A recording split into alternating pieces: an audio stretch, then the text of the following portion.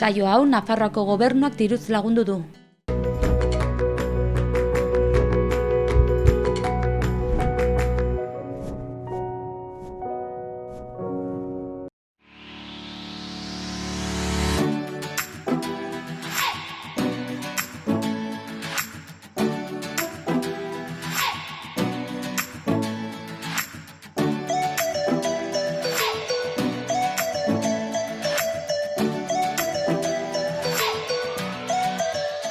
Arratsaldeon, gaurkoan bi elkarrizketa izango ditugu. Batean, Maite Ziganda edokiko dugu, sei elkarteko kidea da, eta bestean, Aitor Etxarte Berezibar izango dugu gurekin. Baina orain, has gaitezen gaurko edukiekin.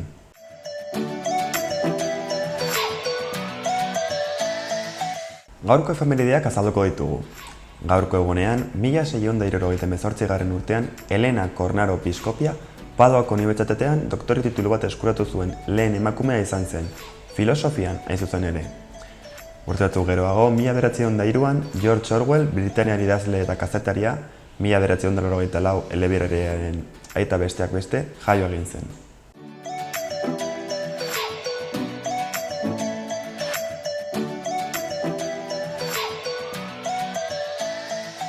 Goazen aste honetako agenda errepasatzera. Gaur Sanduzelaiko Zibiboxean Txondorra proiektua erakusketa egongo da arratsaldeko 7etan. Sarrera librea izango da. Bestalde, bihar hasiko dira Barainaingoko jaiak goizeko 11etan. Sarrera librea izango da.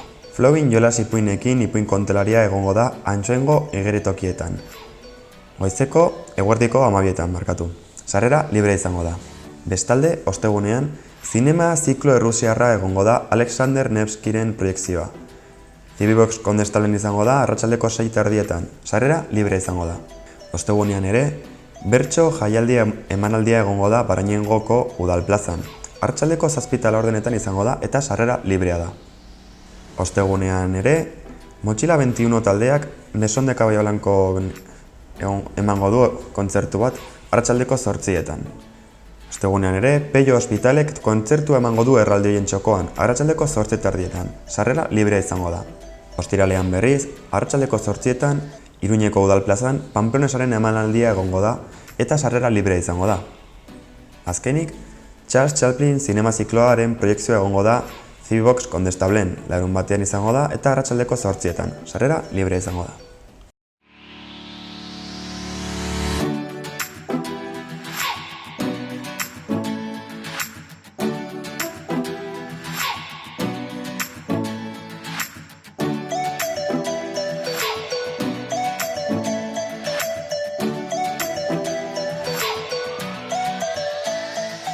Gaurko eguneko medioen azal nagusiak errepasatuko ditugu orain. Diario de Navarrak bere titular nagusian PSNek geroa bai Podemos eta Izquierda Ezkerrari gobernu programa borradore bat eman diela argitzen du. Lau taldeek akordio batera iristeko borondatea adierazi dutela azaltzen du ere. Argazki nagusian berriz, gazteek 15 urterekin alkohola oso presente dutela nabarmentzen du egunkariak. Beheko albisteetan, Volkswagenek landameneko planterekin 3. modelo bat egiteko kontatzen duela adiera ematen du egunkariak ere. Alboko albisteetan, temperaturak igoko direla azpimarratzen du egunkariak, datorren behero olatua dela eta. Bestalde, Mailak plenoen gelan erregearen erratatoa berreskuratu duela azaltzen du ere. Bestetik, Ciudadanosen egondako dimisioei buruz ere darrai egunkariak. Azkenik, Frankanal osasunako plantillara pasako dela adierazten du ere. Diario de Notiziasen azal nagusian berriz, PSN, geroa bai, Podemos eta Izquierda Ezkerrak gobernuaren programa sintonia honean negozatzen ari direla adierazten du. Bilerenen argazki batekin ere. Goiko titularrean, Volkswagenek 3. modeloa iritsiko dela azaltzen du ere. Alboko albisteetan, ostegunean eta ostiralean 40 gradutara iritsiko garela azpimarratzen du egunkariak. Bestalde, osasuna taldeak 60 milioiko aurrekontura iritsi dela eramaten du. Bestetik, prezio honeko ordenagailuak euren eroslei iristen ez dira argitzen du egunkariak ere. Baita, raperoen banda bat poliziak atxilotu dela azaltzen du, Iruñerrian egindako lapurretak leporatuta. Azkenik, Mailak erregearen erretatu handiago bat ipini duela eta euskara atakatu duela salatzen du egunkariak ere. Bestalde, Nafarroa elikagai eta edari gutxien kontsumitzen dituen erkidegoa dela azaltzen du ere. Gara egunkariak berriz beritu titular nagusian EAJ eta PSEek PPren onarpenarekin diru-sarrerak bermatzeko errentaren erreforma berreskuratu dutela azalarazten du.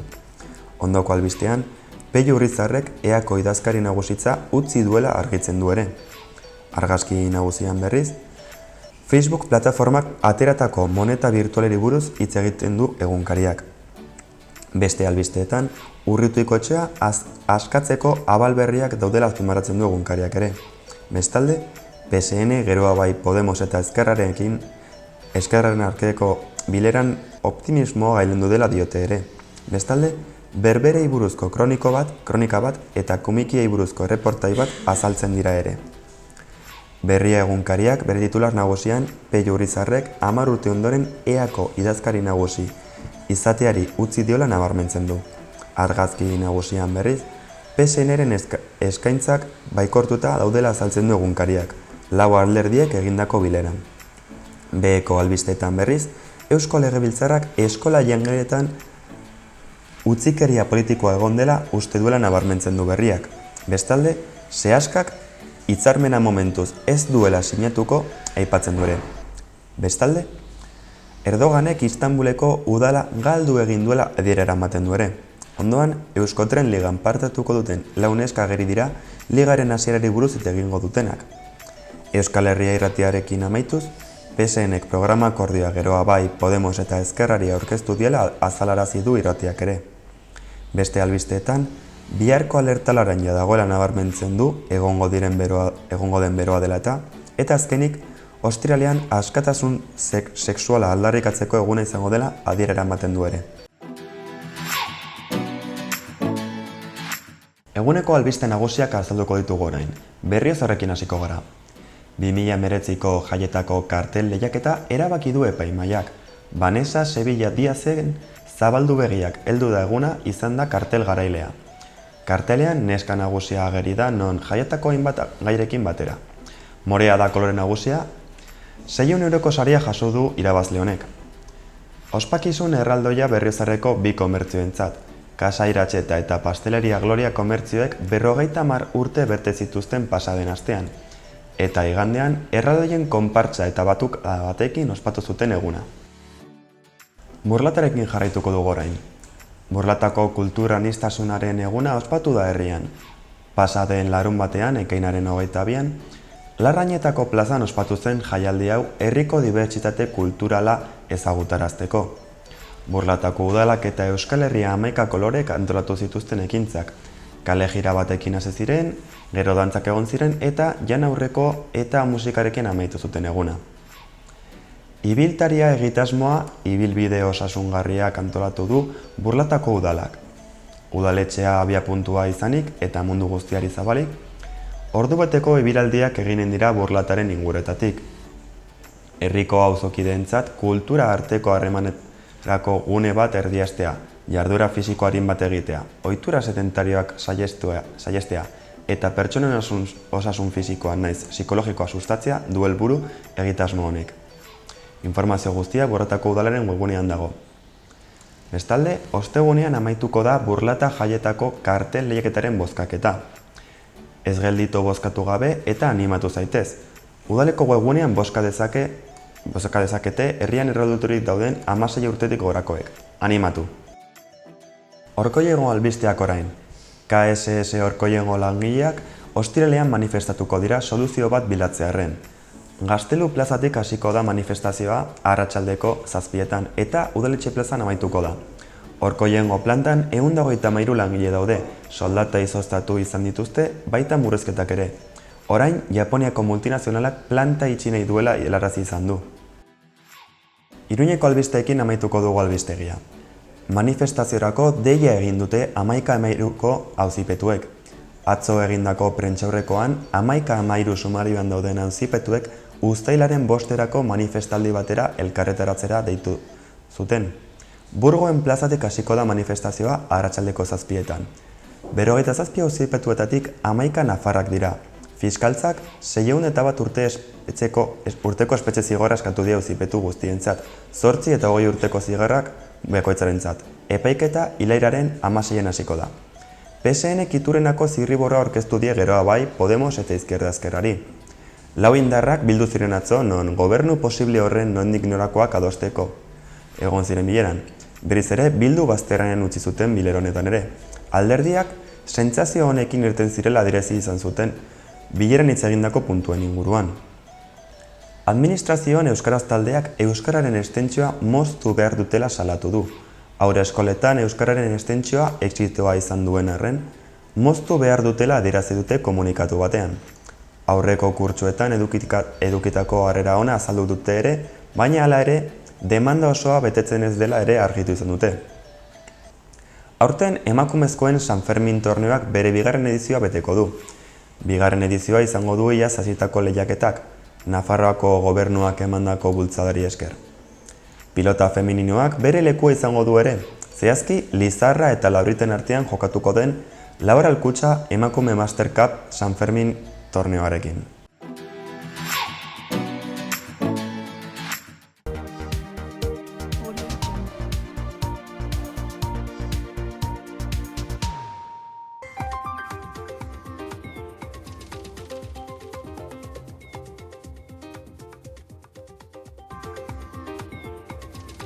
Gaur, erdi mailako deiekin eta goi-hodei batzuekin hasiko dugu, baina goizean eguzki tarteak ere izango dira.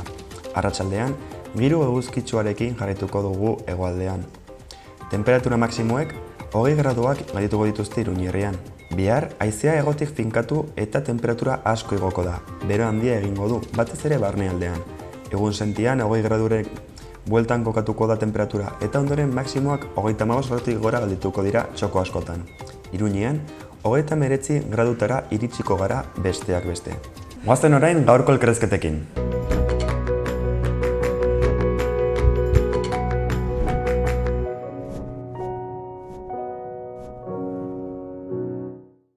Erratzun kanpin baztan oporretan deskansatzeko eta ongi pasatzeko lau izarretako kanpina. Ingurune zoragarrian eta lasaian. Hondarribi eta Donibane Loitzuneko hondartzetatik 3 ordu laurden eskaxera. Baztan kanpina 100 metro kuadroko 150 partzel esiak eta itzalarekin, apartamentoak eta bungalobak. Argindarra eta ure zornitutakoak. Heldu eta umentzako 2 igerileku, jolastoki, ostatu, jatetxe, supermerkatu, padelpista, petanka eta pinponarekin. Gainera uztaila eta abuztuan aurrendako animazio ere badago. Erratzun, baztango bihotzean, baztan kanpina.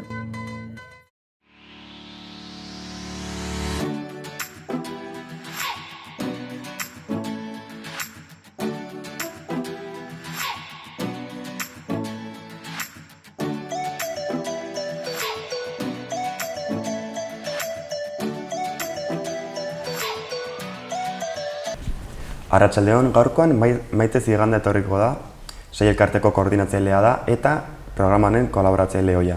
Arratsaldeon, Maite, zer moduz? Arratsaldeon, oso ongi. Ja udan gaude, nola ikusten duzu da? Pues gogo handi sartzen dutu da, urtea, kurtsoa bukatu berria dugu eta deskantzatzeko gogoak, beharrak, nik uste dut mundu guztia bezala, ez? Baina baita, uda gogoekin, ez? Sei elkartean jarritzen dugu hor martxan, eta, orain deskantzatu pizka bat, baina indarra hartu berriro udari aurre egiteko. Komentatu dugun bezala, sei elkarteko koordinatzailea da, baina batez ere jendeak zuen lana ezagutarazteko, konta iguzu, zer nolako lanak egiten dituzute elkarte honetan? Berez, aurten 20 urte betetzen ditugu, helduak gara, eta egiten duguna da, harrera eman 12-17 urte bitarteko nerabei, etorri berriak diren nerabei, beste herrialdetik etorkinak direnak, gehien bat, 20 urte hauetan, gehien bat harrera eman diegu, bere ama orain dela 10 urte etorri zen Iruñerrira bizitzera, han utzi zuen txikitsu bat, eta 10 urte ondoren ekartzen du, erregorpatzen du bere seme-alaba.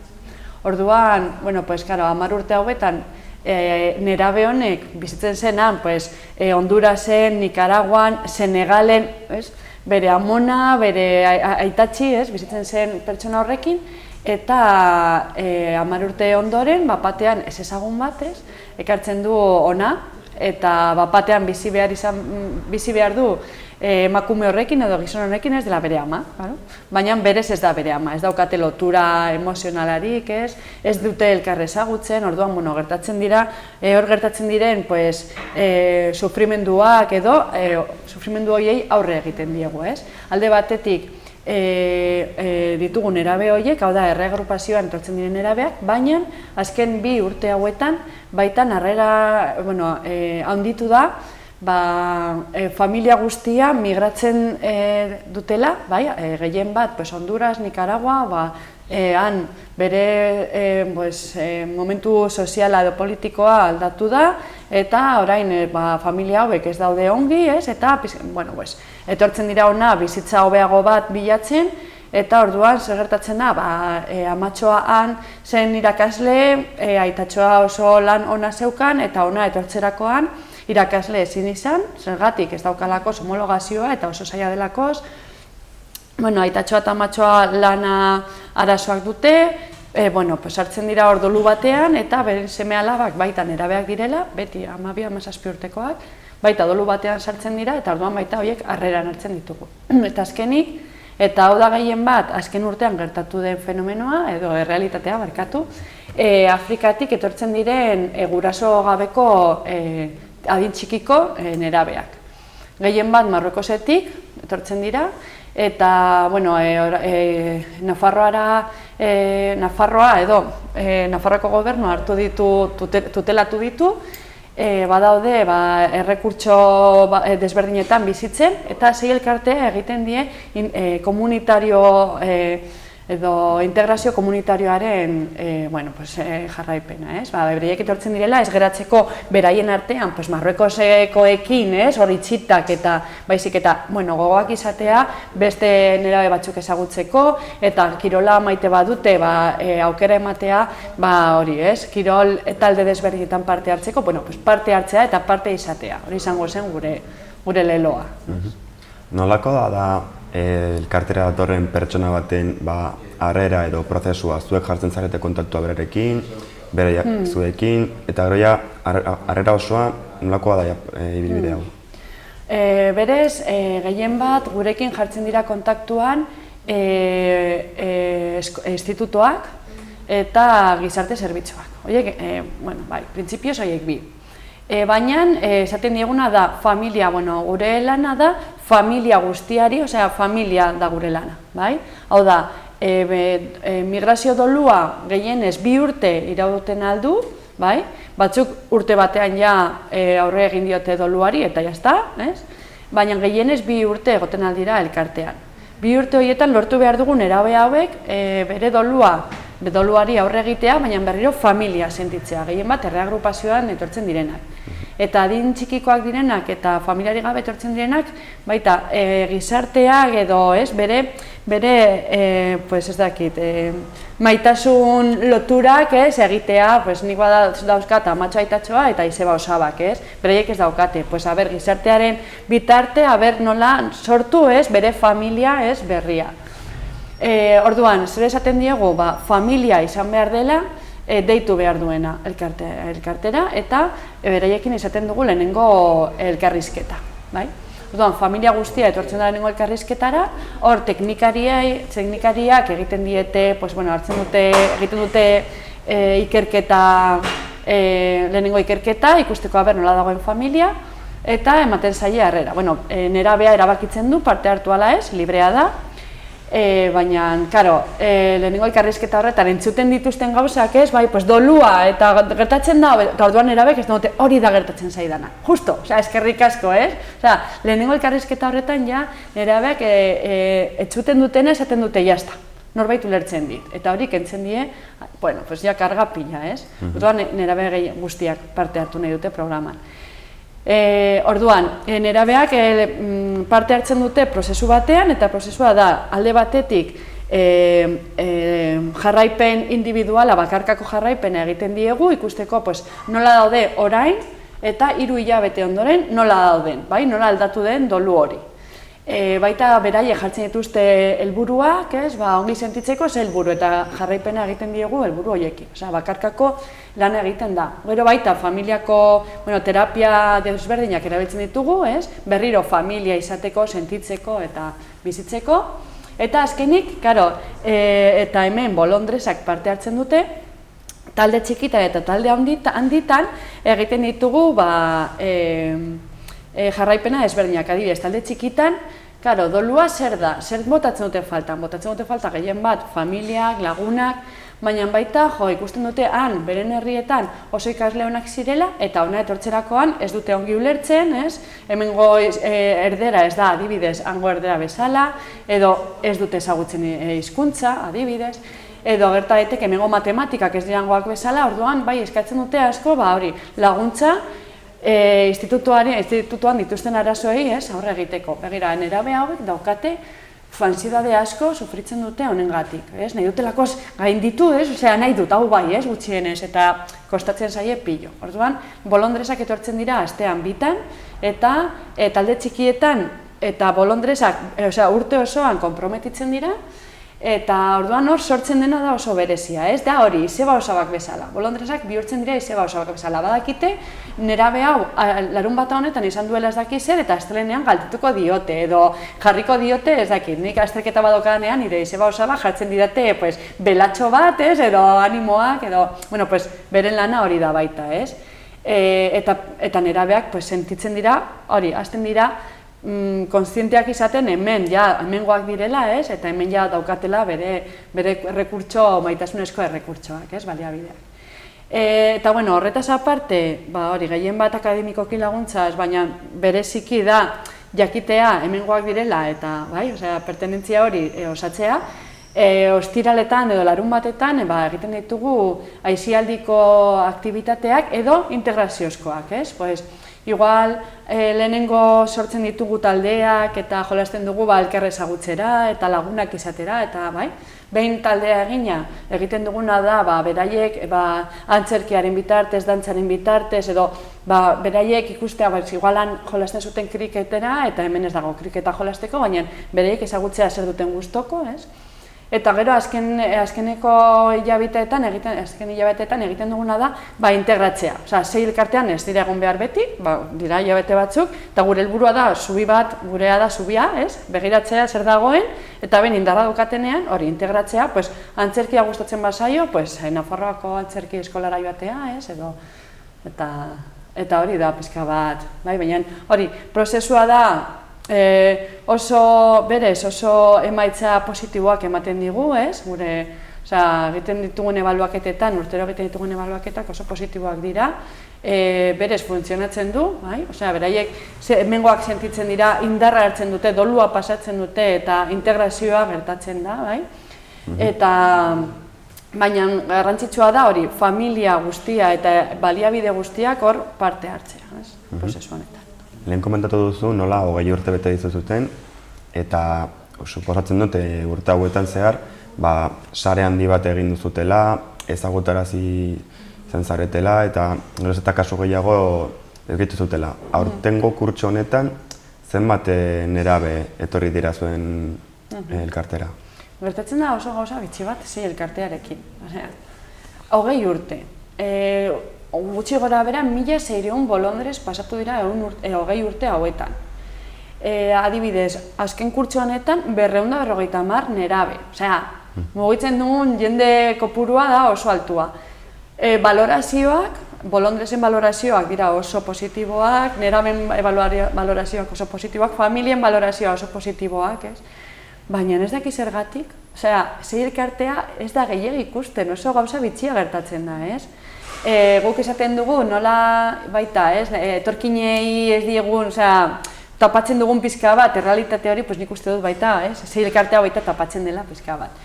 Baina egia da hori, 250 nerabe, pasaden kurtsoan, ez dela zenbaki txikia. Eta gainera, 250 nerabe etorri direla gure komunitatera bizitzera, ez? Eta gogo pilarekin daude orain, ez? Parte hartzeko eta... Eta horrengo kurtsora begira, kopurua hunditzea espero duzute edo mantentzea? Ba, hombre, orain uste dut 50 nerabe ditugula itxaroten ari dute, ez dago lekurik parte hartzeko. Azkeneko 2 urte hauetan handitu da pila, demanda, ez? Jende asko deitzen du, parte hartu nahi dut, mesedez, eta ezin ditugu denak hartzen ditu. Zergatik, erabaki dugulakoz garrantzitsuena ez dela zenbaki altu bat izatea, baizik eta kalitatea mantentzea. Eta gure helburua bada, beraiek, ez? Doluari aurre egitea eta integratzea, zenbat eta gehiago hartu, segurazki kalitatea jaitsiko da. Orain, hitz egiten ari dugu, orain eta beti, ez? Nafarroako gobernuarekin, Iruñako udalarekin, laguntzeko, baliabiderekin, laguntzeko, hori ez, errekurtso gehiago izaten. Baina gauzak, doazte mantxo. Esango dugu horrela, Jesuitas eskola ondoan gaude, beraiek usten digute lokalak, baina ez gara kabitzen. Orduan, deitzen dutenean amatxo eta aitatxoak eta eske benetan behar duela, ez? Ja, ez dago tokirik, ez? Ez ditugu baliabideak, ez daukagu, ez gaude momentu horretan. Naiz eta gure emaitza oso ona izan eta ikusi urte batean, ez? Etorkinak, ez baduz begira, gertatu da, baina askotan, ez direla etorri sailkartela. Karo, sailkartela etortzen dira 18 hilabete baino gutxiago hemen daramatenean, etorri berriak. Orduan gertatu da, nerabe baten bat ez dela etorri sailkartera eta 2 urte pasata gaizki dago, okerrago, zergatik ez du olakoz bere doluari aurre egin, eta orduan bidaltzen dute sailkartera. Karo, prebentzioa, sailkartea da prebentzioa, ez que pertsona hau ez dago sailkarterako, dago osasun zentroari bateko eta dauka beste arazo bat larriagoa. Hau da, zenbat eta lehenago aurre egin honi, motzago da gure interbentzioa eta kalitatea handitzen da, baina, hor daude, ez? Immigrazioarekin dauden politikak edo, nik uste dut, ja zuek, jakinarazten duzuen nola dagoen gaia, eta, guk horrekin lan egiten dugu eta badakigu, politika mailan, ez dagoela laguntza gehiegi honetarako. Bai. Gaiaz pizkat aldatuz, kurtsoa amaieran gaude ja, amaitu duzute kurtsoa. Bai. Zer nolako balorazio egin dezakezu kurtso honi buruz eta bertan, zer nolako ekintzak edo aktibitateak egin dituzute urtean zehar?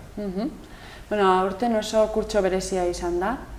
Alde batetik hori, adin txikiko nerabeak familiari gabe etorri direla eta hor, Nafarroako gobernua egonda berez, nola baliabideak sortu eta, azkenean guzti hori tokatzen zaigu, horre ematea momentu horri, eta pixka bat desbordazioa, egonda elkartean, ja bagenuen, oraindik gehiago, oso kurtso berezia izan da. Beste aldetik, 20 urte betetzearena, ez da izan, ospatu dugu, orain dela aste batzuk, jardunaldi batzuk egin genituen, hor jardunaldi horietan egin genuena zen, pasatu edo konpartitu gure lan egiteko metodoak, teknikak, gehien bat bakarkako eta familia inguruan egiten dugun interbentzioa, eta oso jardunaldi politak, eta arratsaldean egon ginen kalean baita, hurbiltzen, batzutan igual ikusten ditugu etorkinak eta ja daukagu ideia egina, etorkinak etortzen direla eta direla ez dakit zer, ez ditut esango, entzuten diren gauzak, baina burura etortzen zaizkigun gauzak pentsatzen dugunean etorkinetan, ez dira... Normalean, pertsona desberdinak dira, beste kultura batekoak, beren egiteko moduak desberdinak dira, ez? Noski. Eta hori sortzen da gure barruan, gaizki, hau gaizki dago, ez? Hau da nire kuadratua, hau ongi dago, baina hori horrela egitea, gaizki. Nik uste dut orain diekan gizarteak lan hori egin behar duela, ez? Pentsatzea, badaudela mila modu gauzak egiteko, etorkinak badutela beste moduak bere kulturan, baliogarriak izan direnak, orain ona etorri dira kostatuko zaie kultura ulertzea, kostatuko zaie egitea beste erlazionatzeko moduetara, baina ezagutzen badituzue, zielkartea tratzen diren erabeak, dituzte gaitasun pila eta gogo pila, hemengoak izateko eta hemengo gauzak ulertzeko. Orduan, ni esango nuke aurtengo valorazioa oso positiboa izan dela, jendea oso pozik dago, eta orain hobetu behar dugu, nik uste dut hor dagoela gauza baliabideak lortu, orain udan egingo duguna da etorri berriak direnei aurre egin, harrera eman, barkatu, azken hilabete hauetan etortzen joan dira nerabe berriak, orduan orain udan daukagu programa berezia, bai?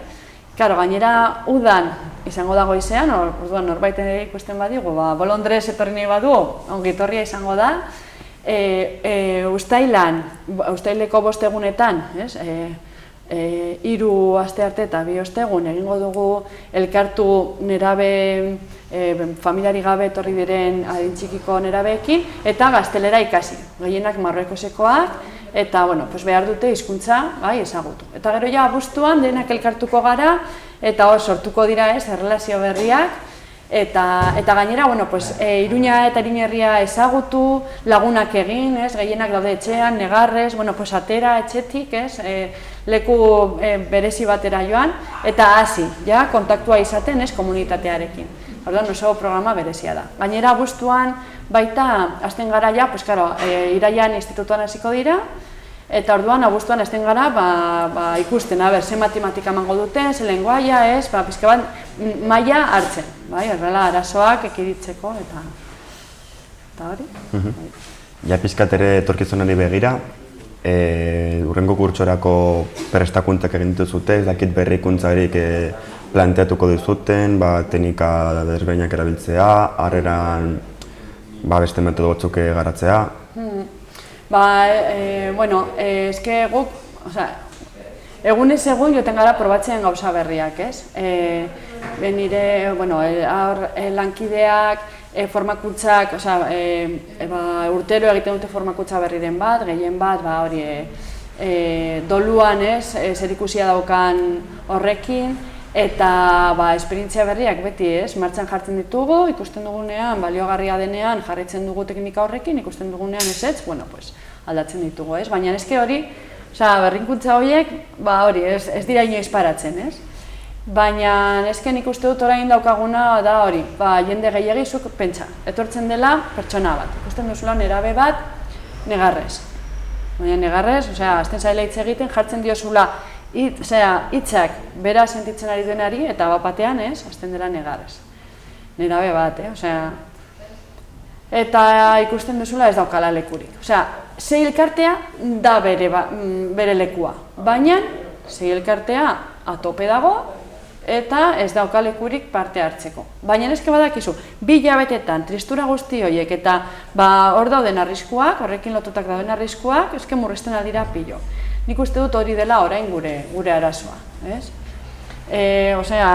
Politikariekin edo instituzioekin edo ez dakigun horekin, laguntza ez dakigun hori saiatu gara, baina etorkinak nik uste dut ez direla, ez dutela gehiagin ez dakit zergatik, baina hori da gure gakoa. Saiatu baliabideak izaten nerabe guztia hori aurre egiteko, familiei aurre egiteko, atenditzeko, eta hor dauden arriskuak ekiditzeko. Erronka oso mardula da. Bai. Ja pizkat ere, elkarrizketaren amaierarako, komentatu duzu nola pasa den hilabetean edo, kurtso amaierari zinioten ospakizuna, eta bertan sorpresa bat eduki zenuten, ezta? Bai, sorpresa pilo, eske, pentsa, 250 nerabe gehi, bere familiak, baina urtero kurtso bukaeran, kurtso amaieran egiten dugu festa, amaierako festa, baita baliogarria da bolondresak familiak ezagutzeko, familiak bolondresak eta nerabeak, zeiden familia, elkartzeko eta sentitzeko hori identitate hori, Eta egun horretan, bi nerabe rap bat prestatu zuten, bapatean idatzi zuten horrela bihotzetik ateratzen zitzaiena, doluaren inguruko rap bat egin zuten. Karo, guztiontzako izan zen, hori, musikarekin, musikaren bitartez, bapatean, 250 nerabe guzti horiek sentitzen nahi zuten bapatean abestea, edatu ginen, eta ze ongi harrapatzen duten, zer gertatzen ari den. Eta orduan, izan zen momentazo bat, rapa NX estudioa esker grabatu ahal izan genuen, oso jatorrak, oso profesionalak, hemendik eskerrak eman nahi diet, oso lagungarriak, eta hoiei esker, izan genuen rap profesionala, eta espero dugu uda honetako rapa izatea, baina badakigu ez dela erraza. Baina beraiek oso pozik daude, beraientzako, beraiek izan dutena da, ze pasada, jagon ginela estudio batean, gainera oso mutil jatorrak dira, NX estudiokoak, ze pasada, grabatu ahal izatea, egotea lanean, profesionalak bezala, eta orain ze pasada, ze lan polita, atera den. Sei elkartenentzako oso baliabide ona, rap bat izatea doluaren inguruan nerabekin lan egiteko, eta hori da sei elkartea. Gauza da, sei elkartea ez dutela abik egiten, baizik eta parte hartzailea dela, prozesu horretan parte hartzen dutela, bai, adibidez, rapa egin duten nerabeak, kasu honetan, orain, udan egingo dute harrera etorberriak direnei, bai, orain udan premonitoreak ditzen diegu, bai, orain formakuntza egiten ari dute, beraiek ematen diete harrera, nik ja pasatu dut honengatik niri lagundu didate, orain ni naiz zuri harrera ematen dizudana, ulertzen dut nola zauden, metodologia hau sei elkarten erabiltzen dugu, familiak izatea, nerabeak izatea, parte hartzaileak, hau da, beraien formakuntzak, beraien dinamikak, aktibitateak prestatzen dutenak. Eta hori, oso pozik gaude raparekin, eta, gaur ekarri dugu, Salva Telebistara, beraiek ez dakite euskeraz, gainera, galetu hitz egiten dugunean honi buruz, beraiek ez ekiten hemen euskera zegoela, ez ekiten bere existentzia, baina, bai egia da, sei elkartean baten bat esan digula noizbait, ni euskera ikasiko dut, lehenengo, hemengo erdera kontrolatu eta, baina, bai, oso pozik gaude, lan horrekin. Ongi, Maite, mi esker etortzeagatik, eta segi lan mardularekin areketa hobekien. Bale, oso ongi. Eta orain, emango diegu paso bikidei, beren rapa hemen abestereko. Jan Carlos eta Gabriela, zer moduz egiten duten. Seguro oso ongi gingo dutela. Eskerrik asko. Zuri. Aún estamos pequeñitos, solo somos estudiantes. Somos tamaño pequeño, pero de cora gigante. Tenemos poca platita, pero mente comerciante. Algunos medios pendejos, otros con mente brillantes. Llegamos hace poquito, el objetivo pa'lante. Siempre camino sin miedo, con un flow de elefante. Dijeron que no podía y ahora voy siempre sin freno. Solo somos inmigrantes y somos todoterreno. De verdad queremos demostrar que tenemos un flow muy real, que venimos de varios países con muchas ideas para aportar, y aquí nadie nos podrá parar, pues tenemos un sueño ideal que nos lleva a cumplir esas metas que un día yo sé que vamos a lograr. Pues siempre me subestimaron, dijeron que no podía, ahora voy alzando el vuelo. Aquí está su latina, demostrándole al mundo que aquí sigue todavía para cumplir esos sueños que tiene desde chiquilla. Un aplauso para el emigrante por toda su valentía, por cruzar todas esas fronteras y buscarse una mejor vida. Pues venimos de tierras hermosas, también un poco peligrosas, pero siempre la vista pa'lante, no importa que sea inmigrante. Solo somos inmigrantes y somos todoterreno. Traten un poco conmigo, vamos siempre sin el freno. Solo somos inmigrantes y somos todoterreno. Canten un poco conmigo, vamos siempre sin el freno. Aún estamos pequeñitos, solo somos estudiantes. Somos tamaño pequeño, pero de cora gigante. Tenemos poca platita, pero mente comerciante. Algunos medio pendejos, otros con mente brillante. Llegamos hace poquito, el objetivo pa'lante. Siempre camino sin miedo, con un flow de elefante.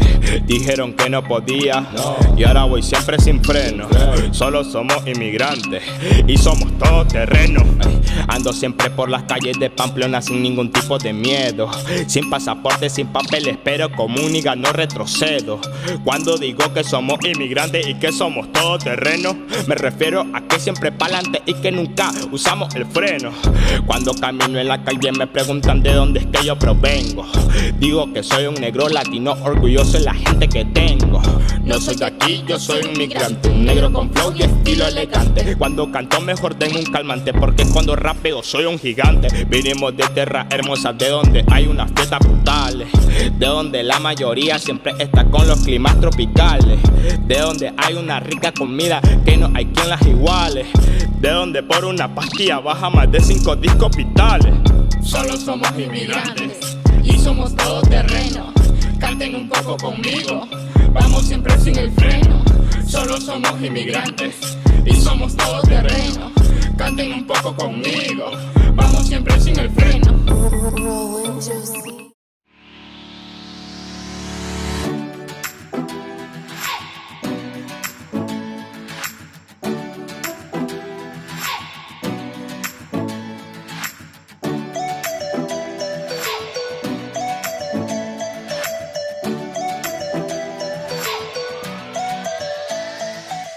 Atxaldeon, gaurkoan Aitor Etxarte berezibar daukagu gurekin Eskola Kontseiluko lehendakaria eta etxenetako kolaboratzailea. Kaixo Aitor, zer moduz? Primeran, hemen, zuen etxean oso gustora beti. Bai, beti bezala. Hau, batez ere, elkarrizketa kuriosoa edo esan dezakegu berezia dela, zeren Eskola Kontseiluko lehendakariatza utzi behar izan duzu, orduan Eskola Kontseiluko lehendakari bezala izan daiteke zurazken elkarrizketa, ezta? Etxe honetan bai, segura eski. Izango genuke bihar bertan esango dudala ofizialki hori, lagun askok eta kolaboratzaile askok jakina badakite. Dagoeneko 4 urtetarako sartu nintzen, 2015ko udan eta 2019ko udan utziko dute ardura bai. Erabakia pertsonala izan da edo pentsatutzen neukan denbora nagusi batetik? Nik esango nuke beti gertaera guztiekin bezala 11 arrazoi daude, ez da bueltaka bi oso garbia dira, batetik ez zaite egokia iruditzen 4 urte baino denbora gehiago aritzea halako ardura lanetan, iruditzen zait beti ona dela zirkulatzea jendea, pertsona berriak, bestera bateko sensibilidad dutenekin eta konpartitzea halako lanak, hori zalantzarik gabe iruditzen zait oso garbia, baina beste alde batetik ere, iruditzen zaidean merezi dudala erretreta hartzea, hori dagoki dalako berez, eta hori horregatik egingo dut, ez zuzen ere abuztuan erretreta hartuko dut, beraz, hor bukatuko da hemen nire ibilbidea. Eskola Kontseiluan 4 urte egon zara, lehendakari bezala, konta iguzu, bertan egondako lana, zer nolako lan egin dituzun, nolako esan den esperientzia? Eskola Kontseiluaren lana, hemen Xaloa Telebistako lagunek ezagutzen dute, hilabetero zorionez, hemen horren berri eman dugulako, eta egia esan da, 4 urte hauetan aldaketa handia eman diogu Kontseiluari, hori guztiok aitortzen dute, zer esanik ez barruan parte hartzen duten eragile guztiek, baina baita ere, hezkuntza munduak eta gizartean halako gaiaren bueltan interesa dutenek. Zergatik diota, hezkuntza mundu honetan, egia esan da askotan, berezik entzuten duguna da eguneroko berri horiek ematen dutena, askotan oso modu aparatosoan, ez da oso modu neurtu gabean, hainbat gaien inguruan, bueltak eta bueltak aritzen denean, baina Eskola Kontseiluko lana bestelako bada. Hori saiatu gara agertzen azken urte hauetan. Batetik, legeak eta legeen kudeaketaren atal bat dagokigu, guk irizpen asko sortu behar ditugu, Nafarroan ondoren indarrean egongo diren hainbat neurri legal, akademiko eta horien inguruan, horrek lan handi ematen du beti, 4 urteetan 94 bat inguru lege egitasmo, agindu foral eta beste aztertu ditugu, saiatu gara hobetzen, eztabaidatu dugu eta beste, eta horrekin batera baitere noski Estatuko Eskola Kontseiluan parte hartzen dugu, horre erkidego guztietako lehendakaria gara eta bestelako eragileak, eta hor baita ere, noski, estatu osorako diren lege edo egitasmoen berri aztertu berdira eta kudeatu, eta horrek ere garrantzi handia du, zen dakizuen bezala 4 urte hauek izan dira oso urte konfliktiboak, Lomce zegoelako atzetik, Lomceren aurkako posizioak oso nabariak ziren askorengan, adibidez, Nafarroko Eskola Kontseiluaren aldetik oso garbia izan da jokaera hau, aurreko 4 urteko parlamentuak eduki duen joera bera nolabete guk ere mantendu dugulako. Beraz, alde legal hortatik lan handia dago. Eta gero dago beste lan bat, bereziki bultzatu duguna 4 urte hauetan, eta da hezkuntza ikerketa, hezkuntzaren hedapena, ikerketaren hedapena, saretzeko, jakinduria saretzeko aleginak, eta hor, makina bat 7 jardunaldi egin ditugu, gure bilduma monotematiko bederatzi aletan eraman dugu, aldizkari digitala jarri dugu martxan, 7 ale oso osatuekin, iniziatiba asko egin ditugu, eta horrek suposatu du eskola askotan izan garela, izan naizela, eta hor sare asko eta lotura handiak egin ditugula azken finean eguneroko protagonista diren horiekin. Beraz, gauza asko eta oso anitzak egin ditugu 4 urte hauetan bai. Zu lehendakari bezala, izandako esperientzia honetan, zeintzuk esango zenituzke izan direla zure erronka nagusiak legaldenetan? Erronka zenbait, batetik, hau ez da sekretoa nik esaten badut, baina Nafarroko Eskola Kontseilua badator bestelako ziklo batetik, edo zetorren beste ziklo batetik, eta egia esan da, oharkabean pasatzen zen erakunde bat zen. Lehen esan ditugun 2 lan handi horietatik, legeak aztertu eta horren inguruan irizpenak eman edo eta ikerketa egin eta horren edapena ia lehenengoarekin nahikoa zuen eta besterik gabe. Esan dut oso profil basua apala zeukan kontseiluak. Eta 4 urte hauetan ni saiatu naiz noski bestelako profil hori indartzen bereziki 2. atal horretan zen. Eguneroko aldaketak bereziki, ez dira bakarrik etorriko legeak aldatzen direlako, hortatik ere bai, zer esanik ez dago, baina baitere gure praktika diferentea direlako.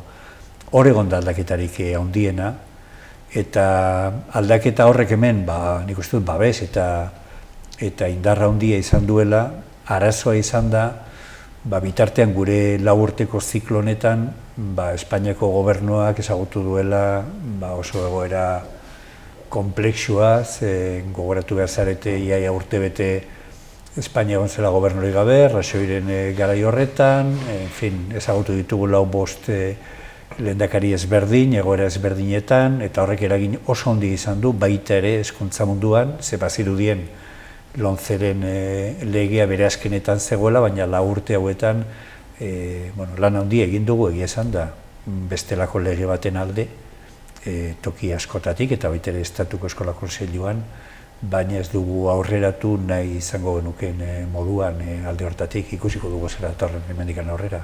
Baina oso, esango nuke, ziklo diferentea sortu dela 4 urte hauetan, naiz eta Estatuko marko orokor horretan, lege aldiaren marko orokor horretan eta bestelakoetan hutsaren hurrengoa izan den.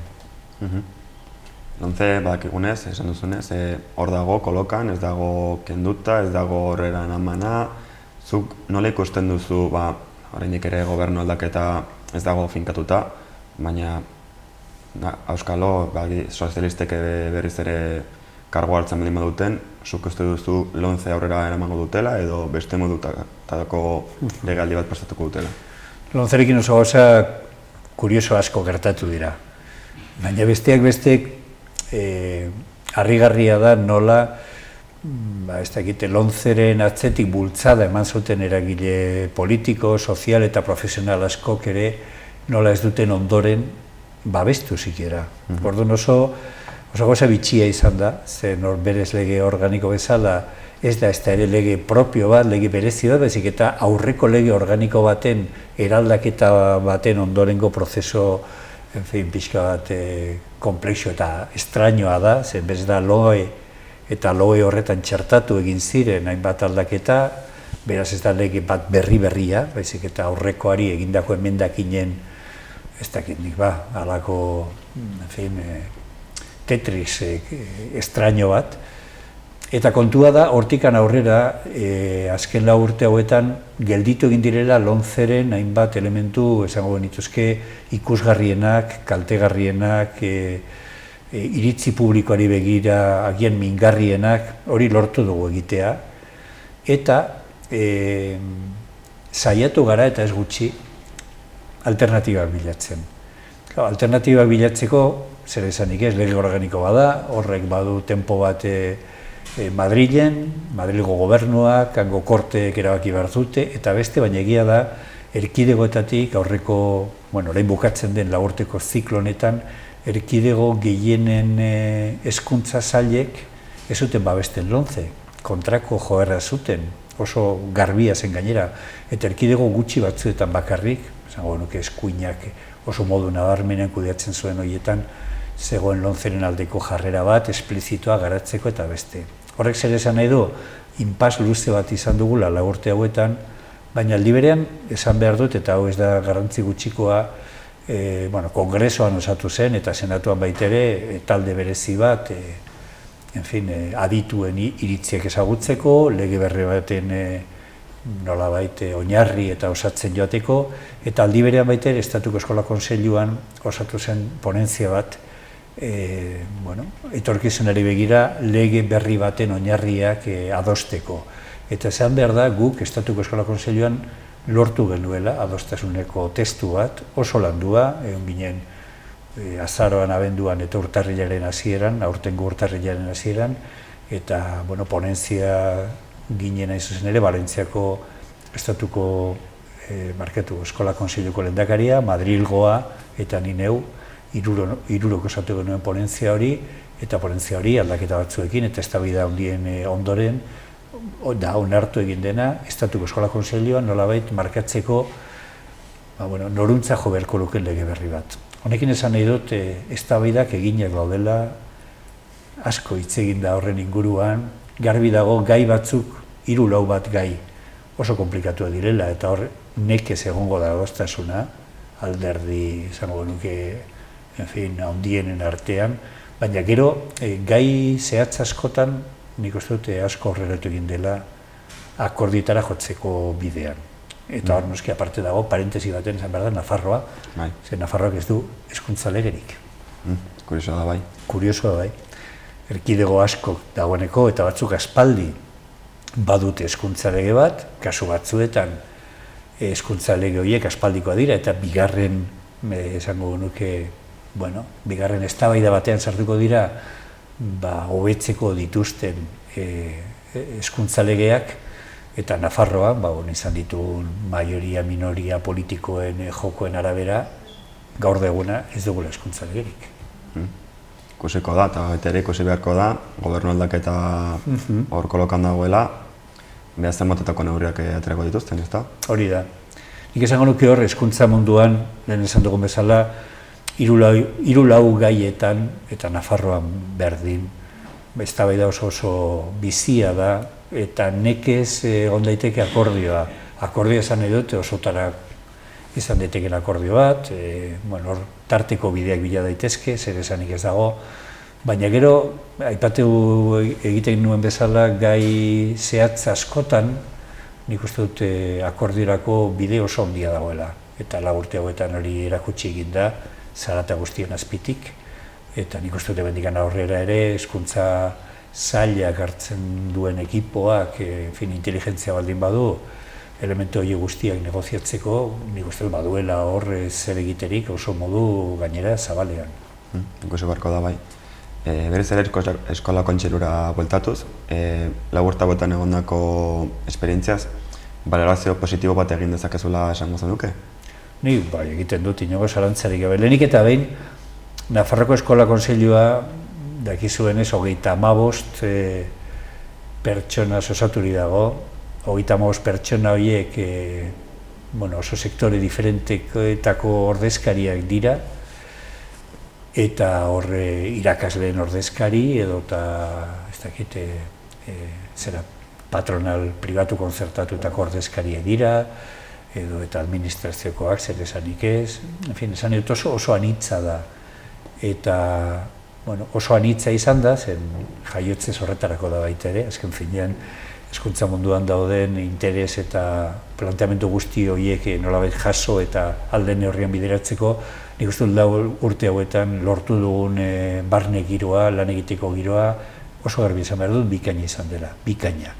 Eta hori ez da nire meritua, horrek esan nahi du, horre parte hartu duten lagun guzti horiek baita ere ahalegin bat egin dutela esplizitoki. Eztabaida gogorrenetan ere bai, oso modu dotorean, elegantean eta eraikitzailean aritzeko. Hau da niretzat dagoen balorerik handienetariko bat, erakunde batean, noski.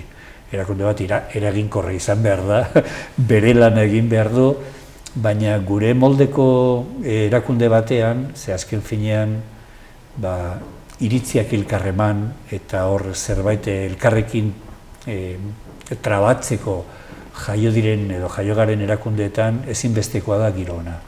Eta noski, lehen esan duan bezala guztion esku dago hori, eta niretzat postasun iturri oso handi izan dela urte hauek, ez bakarrik barnean 25 pertsona horiekin izan ditugun oroar izan ditugun harremanengatik, baizik eta bereziki egarria zegoelako baitere hezkuntza munduan, zuzenean hezkuntza mundutik zetorren norbait edo horrekin sensibilitate berezia zeukan norbait, ez dakit ikastetxe joteko, nik hori oso garbi eduki dut nire asteroko agenda horretan, eduki behar nituela astero, pare bat edo hiru ikastetxe bizitatzeko, baina ez besterik gabe egunon esateko, ezik eta proiektuak ezagutu eta ondoren gainera zabalarazi, koordinatu besteekin, eta hori da niretzat ez dakit egin dudan lanetatik atseginenetarikoa, ez da, Nafarroa goitik bera ez dakit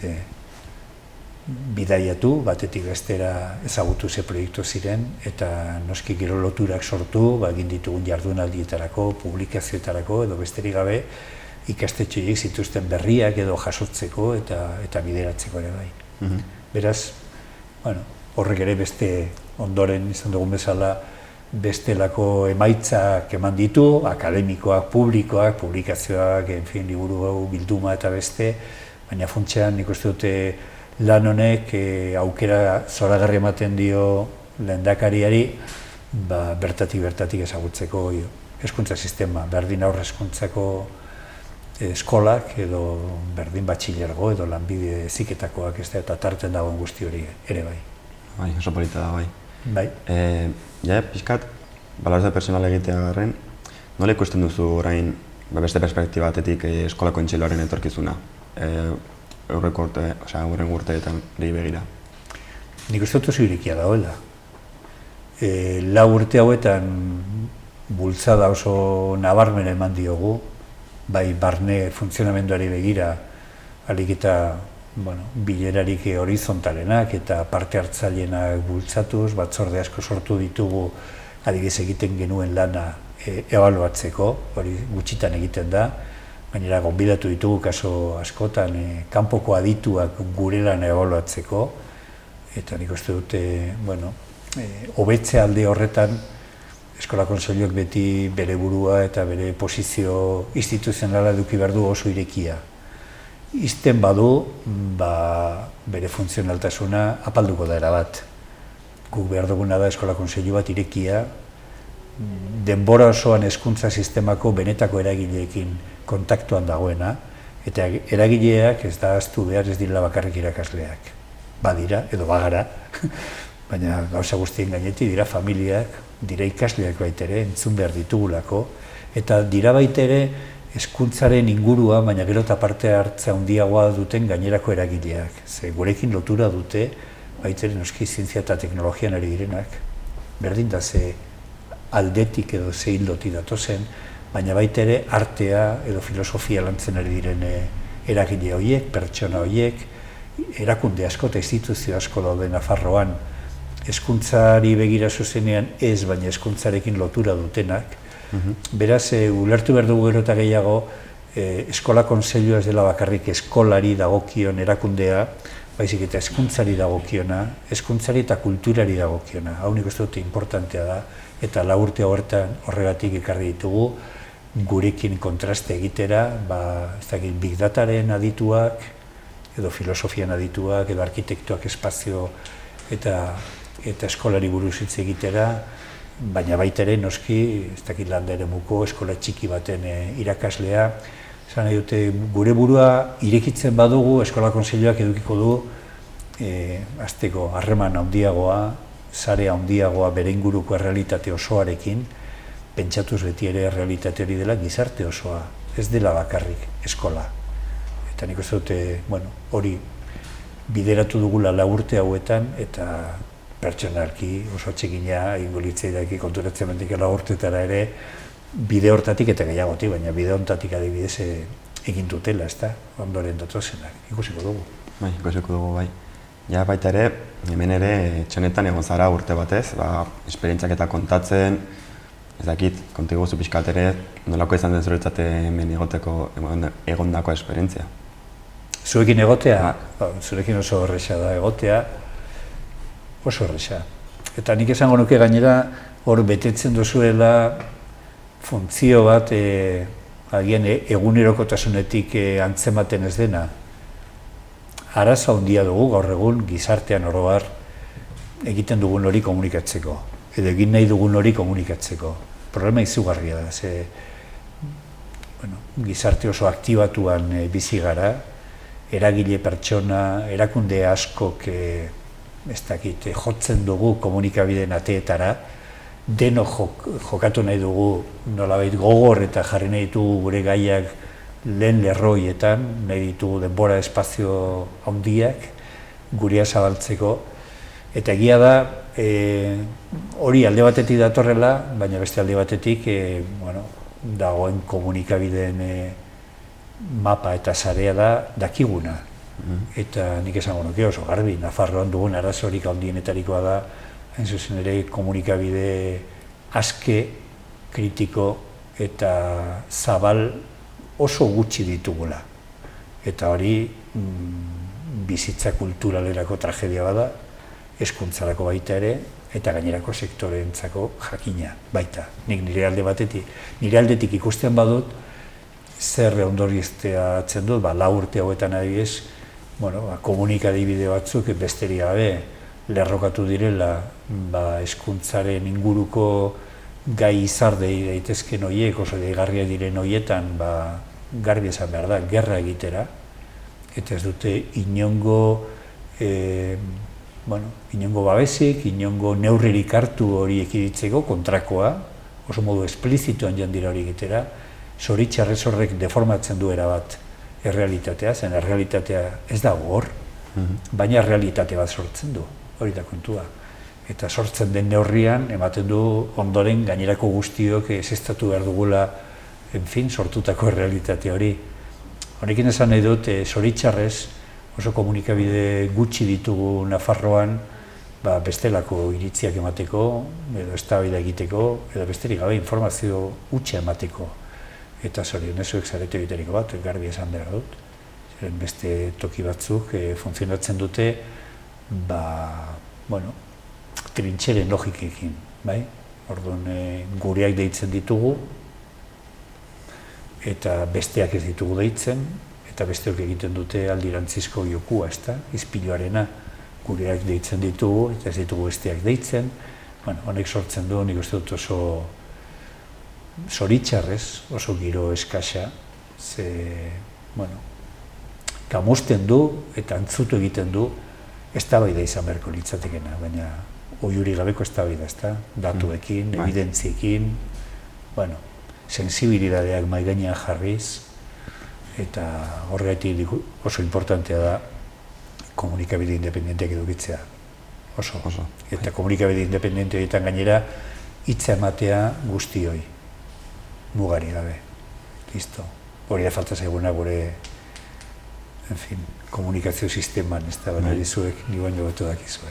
Baina ez enpeinan dena interesak dira, baina, karo, komunikadak ere bizirauteko laguntzak behar dituzte, bai gobernuen aldetik, bai publizitatea, bai arpitzetatik, eta, karo, orain gauden momentu honetan, ez dakigu nola ikusiko dugun urrengo urteak, batez ere, laguntzak direla eta hainbat komunikabidek, Nafarroako gobernutik eskualetu ditzen dituzten diru laguntzak oso baliagarriak izan dira, bene lana burutzeko, noski, urrengo kurtsoan ez dakigu nola ibiliko garen. Bai. Arrazoa da oroar, hon egiten dugula Ana Jarentek idatzi zuen testo guztiz gomendagarri batean esaten du, hartzen du Kantek formulatzen du egia faktikoak deitzen zituenak, hau da, kuestionezinak diren horiek, esango nuke evidentziak direnak, eta esaten du, adibide bat jarriz, Bigarren Mundu Gerran ez dagoela esaterik Belgikak inbaditu egin zuela Alemania. En fin, esango nuke hori egit faktiko kuestionezina dela, ezta?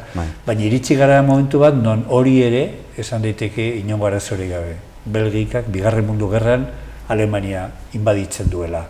Eta ematen du, ondoren guztiok edo batzuk edo dena delako horiek atera behar direla edo atera behar garela ez barkatu, hau ez da horrela, evidentzia da beste bat, dagoeneko horregia bere bidea egin duenean, ez da? Bueno, hau ez da bakarrik hezkuntza munduari dagokion zerbait, baina, bueno, lehen modu klasikoan, prentsa horian, ohikoa zen joera hori, zoritxarrez gaur egun zabaldu egin da gai guztietara, eta hezkuntza gaia ere hor sartuta egon da askotan, ez propio sortu diren hainbat eta hainbat eztabaidetan, eta inongo gainera lotura zutenak ez errealitatearekin, ez bazen guztiz, zirkustanziala ez da. Hau gai ondia da, komplexioa, ez bakarrik hezkuntza munduari dagokiguna, baina guri ere dagokigun. Eta askotan jakin behar dugu hor, distantzia bat hartzen, eta jakiten noraino erantzun behar dugun, eta nola, eta zer esanik, ez da. Ezin duguna da, lehen esan dudan bezala, izpiloaren egin, nik uste dut hori ez dela bidea inondik inora ere. Bai, arrazoi duzu. Ja pixkat ere, zurekin multatuz, etorkizunari begira, beste proiekturen badaukazu hor artean, ez dakite deskantsatzea pentsatu duzun, edo lanean jarraitzea. Ez dakit, hor badago Einsteinek idatzi zion, oso laguna izan zuen Michel, bere fisiko bat eta oso laguntzena, bere emazteari, alargundu zenean, idatzi zion eskutitz bat oso ederra, eta bertan esaten dio inbidia ziola Michel lagunari oso politematikoa zelako. Hau da, interes ezberdin diferente asko zituela. Fisiko ikaragarria izan zen, ezen iritsi jakina, Einsteinen maila hortara, mitiko hortara, eta Einsteinek bukatzen du esaldi edo idei hori esan ez, ni zoritxarrez oso monotematikoa izan naiz, eta horregaitik emaitzak lortu ditut. Eta, bere burua gaizki jartzen du, eta ez da osotara egia zen. Einsteinek oso afizio eta interes diferente asko zituen, adibidez, askotan edo gutxitan aipatzen da barkatu, bibolin jole bikaina zela, eta Mozart eta gainerako klasikoak jotzen zituela oso modu arruntean.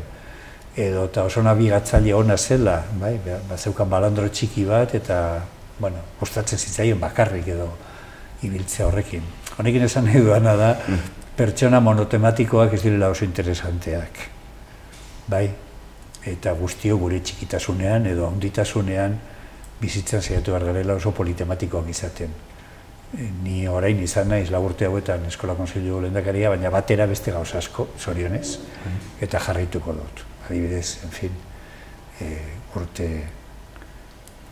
dela urte asko, lanean ari naizen bate elkarteetan, eta jarraituko dut elkarteetan lan egiten, zalantzarik gabe, eta noski, berriak sortzeko asmo osoa dut ere, zen iruditzen zait falta dela hor, referentzi sendo bat hezkuntza munduan hausnarketak egiteko. Eta hori, ez dakit, noizbait, norbaitek edo batzuk osatu beharko dute, edo parte hartu beharko dugu horretan, edo, bueno, iruditzen zaitor, bide asko daudela horretan aritzeko, eta zoritxarrez erantzunkizuna duten erakunde asko arrazoi diferentengatik ez diote gai horri eusten. Alderdi politikoek dute tempo bat eta helburu batzuk oso zehatzak eta oso legitimoak, baina ezin dute hausnarketa horretan sartu, beti oso epe laburrera jo behar dutelako, kasu gehienetan, unibertsitateek oso jokaera endogamoak dituzte, eta hor norbera bere lasterketa profesional horretan sartuta dago buru belarri, eta bere asmoa da ez berezik ikerketa egitea, baizik eta, en fin, akreditatzea egiten duen hori, eta bi gauza oso diferente dira horiek, beraz hor ere laguntza gutxi, irakasle, guraso garenok, askotan ez dugu denborarik, zen eguneroko lanak itotzen gaitu, eta beraz, oso eragile gutxi geratzen dira hor, edo oso espazio gutxi behar ditugun agien bestelako hausnarketak egiteko eta konpartitzeko. Nik uste dut hor, ez dakit, ez dugu ezer berririk asmatuko, baina martxan jarri behar da,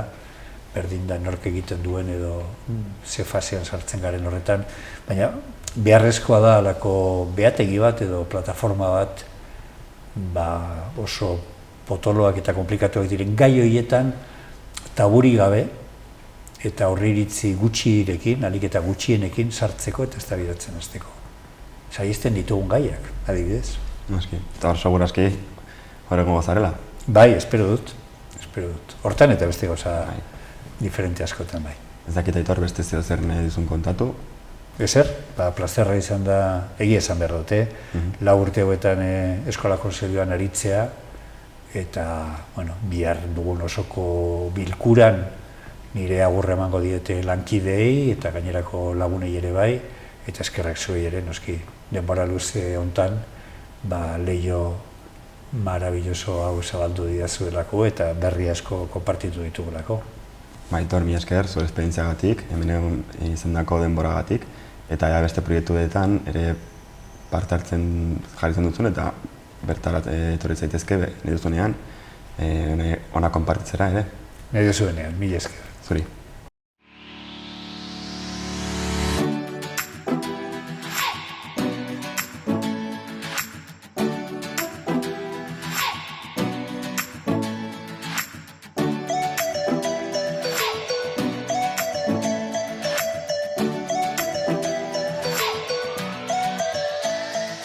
Hau izan da guztia gaurkoz, mi esker horregotegatik, bihar itzuliko gara beste edukiekin. Mi esker eta bihar arte.